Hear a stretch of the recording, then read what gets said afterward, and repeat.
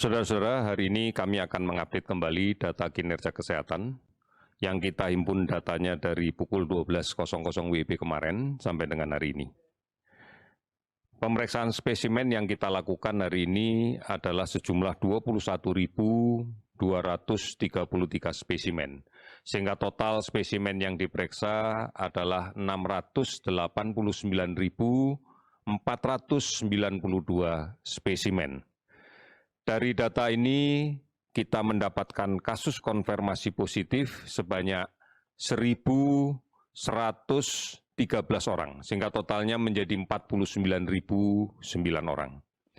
Hasil positif ini distribusinya sebagian besar adalah berada di beberapa provinsi, di antaranya Jawa Timur hari ini melaporkan 183 orang kasus baru, dan sembuh 80 orang. Kemudian DKI Jakarta 157 orang kasus baru dan sembuh 94 orang. Sulawesi Selatan 132 orang dan sembuh 39 orang. Kemudian Maluku Utara hari ini melaporkan 95 orang kasus konfirmasi baru dan 6 sembuh. Kalimantan Selatan 90 kasus baru dan 15 sembuh. 18 provinsi hari ini melaporkan kasus baru di bawah 10 dan 5 provinsi melaporkan tidak ada kasus sama sekali.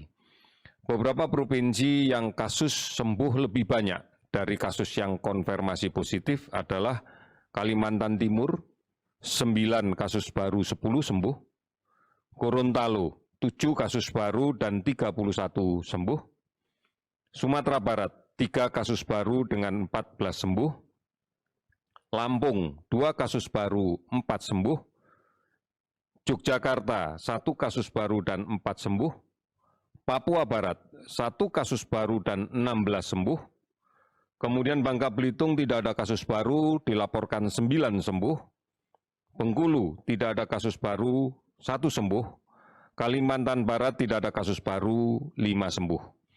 Total kasus sembuh hari ini sebanyak 417 orang, sehingga akumulasinya adalah menjadi 19.658 orang. Kasus meninggal 38 orang, sehingga total menjadi 2.573 orang. Kabupaten kota terdampak 443 kabupaten kota di 34 provinsi. Kami masih melakukan pemantauan terhadap ODP sebanyak 36.648 orang dan pengawasan terhadap PDP sebanyak 13.069 orang.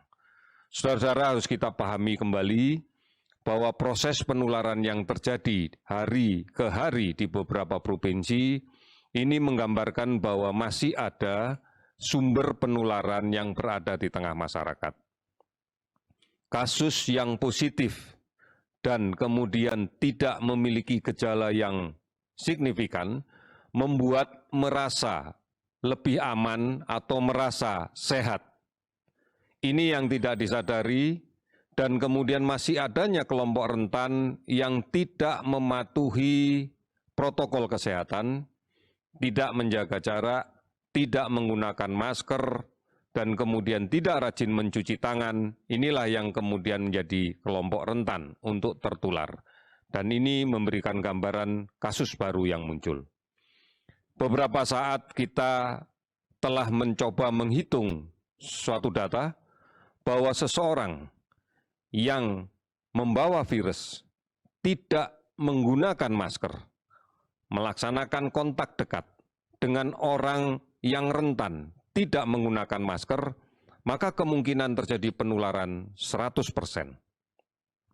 Namun apabila orang yang sakit membawa virus tidak menggunakan masker, sementara orang lain yang rentan pada kontak dekatnya menggunakan masker, penularan akan turun menjadi sekitar 70%. Namun apabila orang yang membawa virus ini menggunakan masker, dan orang lain di sekitarnya tidak menggunakan masker, maka penularan akan turun menjadi sekitar 5%. Namun, apabila dua-duanya menggunakan masker, maka kemungkinan penularan turun drastis menjadi 1,5%. Inilah yang meyakinkan kita bahwa menggunakan masker adalah cara yang paling tepat. Sudah barang tentu, gunakanlah masker secara benar, menutup hidung dan mulut dengan baik. Ini yang harus menjadi perhatian kita bersama. Menjaga jarak ini juga menjadi sesuatu yang menentukan, di samping mencuci tangan. Saudara-saudara, mari kita lakukan ini. Mari kita jadikan ini sebagai sebuah kebiasaan baru dalam kehidupan kita sehari-hari. Kebiasaan baru kita, kebiasaan baru keluarga kita, anak-anak kita, saudara-saudara kita, bahkan orang tua kita. Karena kita bisa menjadi agen perubahan dalam mengimplementasikan kebiasaan baru ini di keluarga.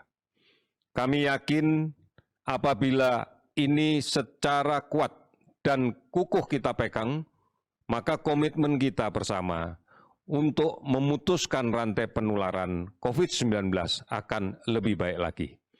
Ini yang menjadi juga modal kita apabila kita akan beraktivitas untuk kembali lagi bisa produktif dengan merubah kebiasaan-kebiasaan kita agar aman dari COVID-19. Saudara-saudara, kita mampu melaksanakan ini dan kita pasti mampu. Terima kasih, selamat sore. Dapatkan update video terbaru berita Indonesia.link dengan cara subscribe lalu klik tombol lonceng dan ikuti semua sosmed kami. Jangan lupa